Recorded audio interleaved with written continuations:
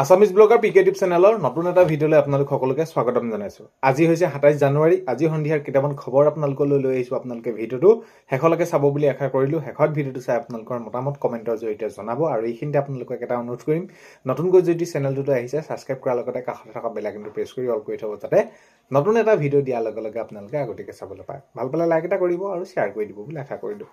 প্ৰথমটো খবৰ হৈছে নতুনকৈ নিৰ্মাণ হোৱা যিটো ভৱনটো মোৰ বুলি ইনডাইৰেক্টলি কৈয়ে দিয়ে।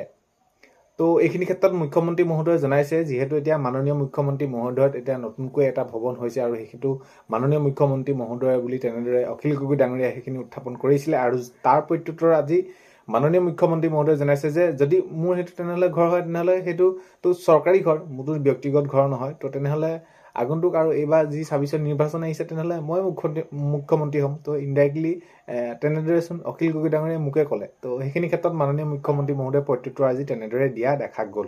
তো নতুনকৈ নিৰ্মাণ হোৱা ভৱনটো মোৰ বুলি ইনডাইৰেক্টলি কৈয়ে দিলে অখিল গগৈ ডাঙৰীয়াই। আৰু সেইখিনি ক্ষেত্ৰত মাননীয় মুখ্যমন্ত্ৰী মহোদয়ে মন্তব্য ৰাখিছে। নেক্সট খবৰ হৈছে ৰাষ্ট্ৰপতি ভৱনৰ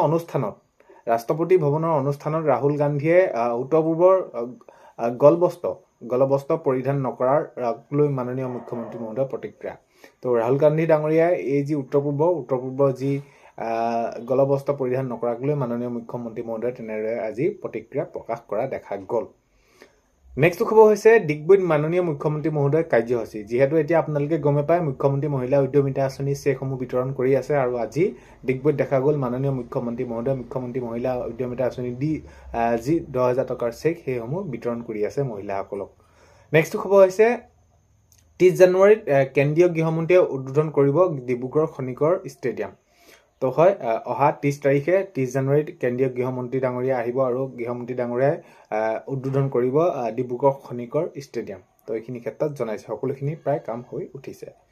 নেক্সট খবৰ হৈছে অসমত যদি এছআৰ আহে তেনেহ'লে কৰ্তন কৰিম প্ৰায় 4-5 লাখ মিয়াৰ নাম, এনেদৰে মাননীয় মুখ্যমন্ত্ৰী মহোদয়ে জনাইছে। এতিয়ালৈকেতো অহা নাই, তো এনেদৰে সেইখিনি মাননীয় মুখ্যমন্ত্ৰী মহোদয়ে কৈছে। আৰু যদি আহে বা আহিলে তো মুঠৰ ওপৰত এই যি 4-5 লাখ মিয়াৰ নাম কৰ্তন কৰা হ'ব বুলি মাননীয় মুখ্যমন্ত্ৰী মহোদয়ে আজি তেনেদৰে জানিবলৈ দিছে। নেক্সট খবৰ হৈছে মোৰ কাম মিয়াক কষ্ট দিয়া। তো মিয়াক মই কষ্ট দিয়াত আছোঁ, কষ্ট দিমেই, আৰু কষ্ট দিয়াৰ মূল কাৰণ সেইখিনি আপোনালোকক বিশেষ বহলাই কোৱাৰ প্ৰয়োজন নাই। মুঠৰ মিয়াক কষ্ট দিম বুলি এনেদৰে মাননীয় মুখ্যমন্ত্ৰী মহোদয়ে জনাইছে।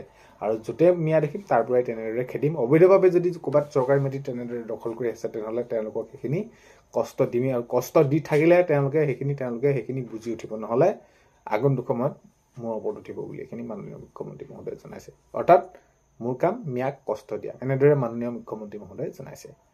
নেক্সট খবৰ হৈছে পথৰ দুৰৱস্থাক লৈ শিৱসাগৰত ৰাইজৰ মাজত ক্ষোভ।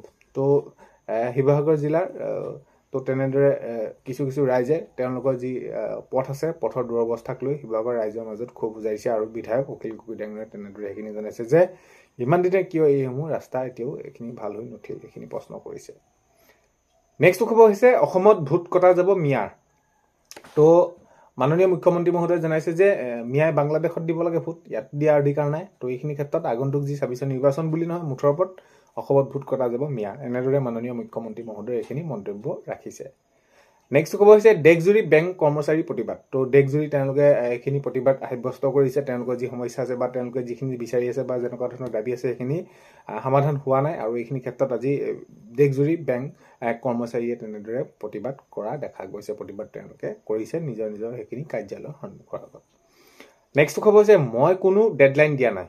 তো এতিয়া যিহেতু মিত্ৰতাৰ ক্ষেত্ৰত আহি পৰে বিৰোধীৰ মিত্ৰতা কংগ্ৰেছৰ লগত, তেনেদৰে ৰাইজৰ দলৰ হওক বা কংগ্ৰেছে হওক, তেনেদৰে সেইখিনি ক্ষেত্ৰত অখিল গগৈ ডাঙৰীয়াই কৈছে যে মই কোনো ধৰণৰ ডেডলাইন দিয়া নাই।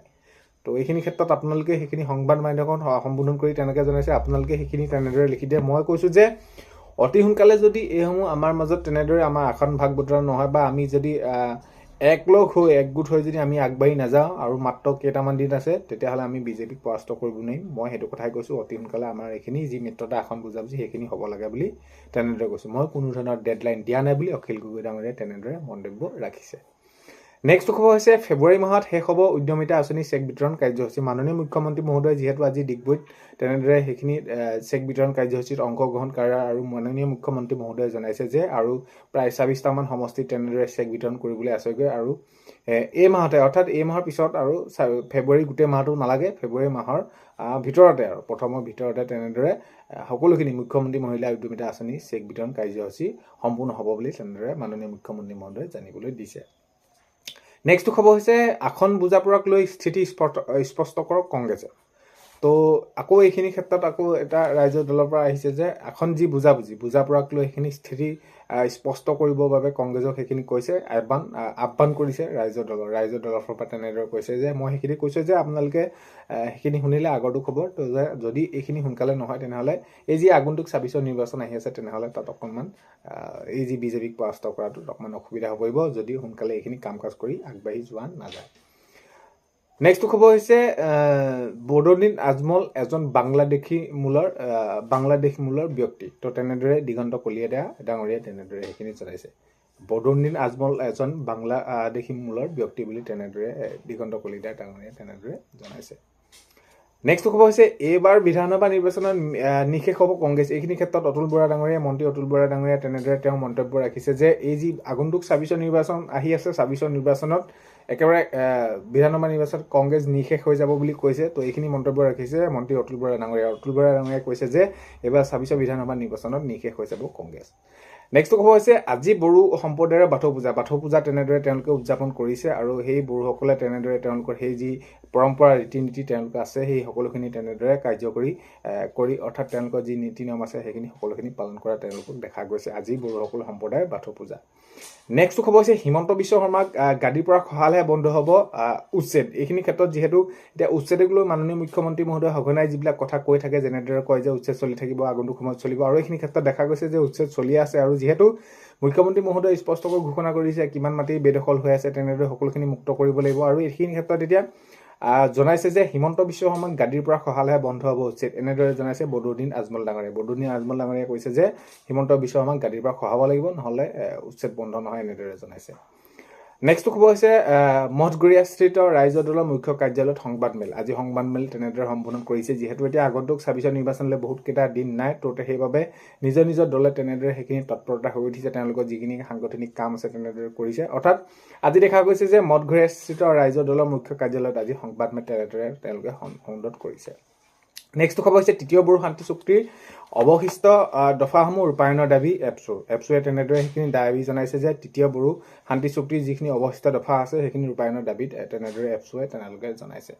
নেক্সট খবৰ হৈছে আজি কলাক্ষেত্ৰত মুকলি হ'ব শ্ৰী দামোদৰদেৱ আন্তৰ্জাতিক প্ৰেক্ষাগৃহ মাননীয় মুখ্যমন্ত্ৰী মহোদয়ে সেইখিনি তেনেদৰে মুকলি কৰিব আৰু এইখিনি ক্ষেত্ৰত সন্ধিয়ালৈ হয়তো সেইখিনি কামখিনি হৈ গৈছে মই ভিডিঅ' যেতিয়ালৈকে আপোনালোকৰ বাবে প্ৰস্তুত কৰি আছোঁ আজি কলাক্ষেত্ৰত মুকলি হ'ব শ্ৰী দামোদৰদেৱৰ আন্তৰ্জাতিক প্ৰেক্ষাগৃহ নেক্সট খবৰ হৈছে ৰাষ্ট্ৰীয় ঘাইপথৰ বৰিগাঁও বাইপাছত ভয়ংকৰ দুৰ্ঘটনা যোৰহাটত আপোনালোকে গম পায়নে এটা পথ দুৰ্ঘটনা হৈছে ৰাষ্ট্ৰীয় ঘাইপথৰ বৰিগাঁও বাইপাছত ভয়ংকৰ দুৰ্ঘটনা যোৰহাটত তেনেদৰে নেক্সট খবৰ হৈছে কাইলৈৰ পৰা সংসদৰ বাজেট অধিৱেশন তাৰ পূৰ্বে সকলোখিনি তেনেদৰে পৰিচালনা কৰা হৈছে কেনেদৰে কি কৰা হ'ব এইখিনিৰ ওপৰত তেনেদৰে আলোচনা কৰা দেখা গৈছে নেক্সট খবৰ হৈছে ২৬ৰ নিৰ্বাচনৰ বাবে আগন্তুক ২৬ৰ নিৰ্বাচনলৈ বহুত এটা বেছি দিন নাই তাৰ আগে কি কৰিছে প্ৰত্যেকটো ৰাজনৈতিক দলৰ তৎপৰতা বৃদ্ধি পোৱা দেখা গৈছে প্ৰত্যেকটো দলৰে সেইখিনি তৎপৰতা তেনেদৰে বৃদ্ধি হৈছে নেক্সট খবৰ হৈছে জামুগুৰিহাটত শংকৰদেৱ সংঘৰ বাৰ্ষিক অধিৱেশন উখল মাখল পৰিৱেশ তো এতিয়া যিহেতু শংকৰদেৱ সংঘৰ অধিৱেশনলৈ মাজত মাত্ৰ আৰু কেইটামান দিন আৰু তাৰ পূৰ্বে এতিয়া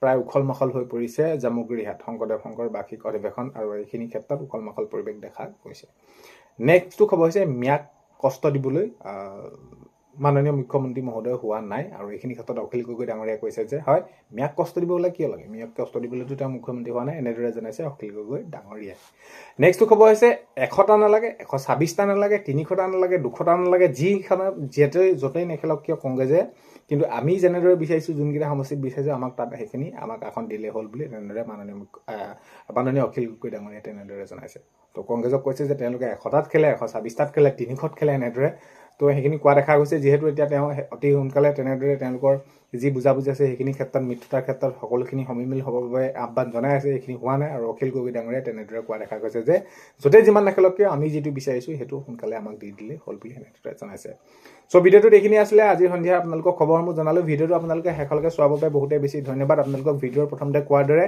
চেনেলটোলৈ যদি আপোনালোক নতুনকৈ আহিছে চেনেলটো ছাবস্ক্ৰাইব কৰাৰ লগতে কাষতে থকা বেল আইকনটো প্ৰেছ কৰি অল কৰি থ'ব যাতে নতুন এটা ভিডিঅ' দিয়াৰ লগে লগে আপোনালোকে আগতীয়াকৈ চাবলৈ পায় অন্য এটা ভিডিঅ'তে লগ পোৱাৰ আশাৰে আজিলৈ বাই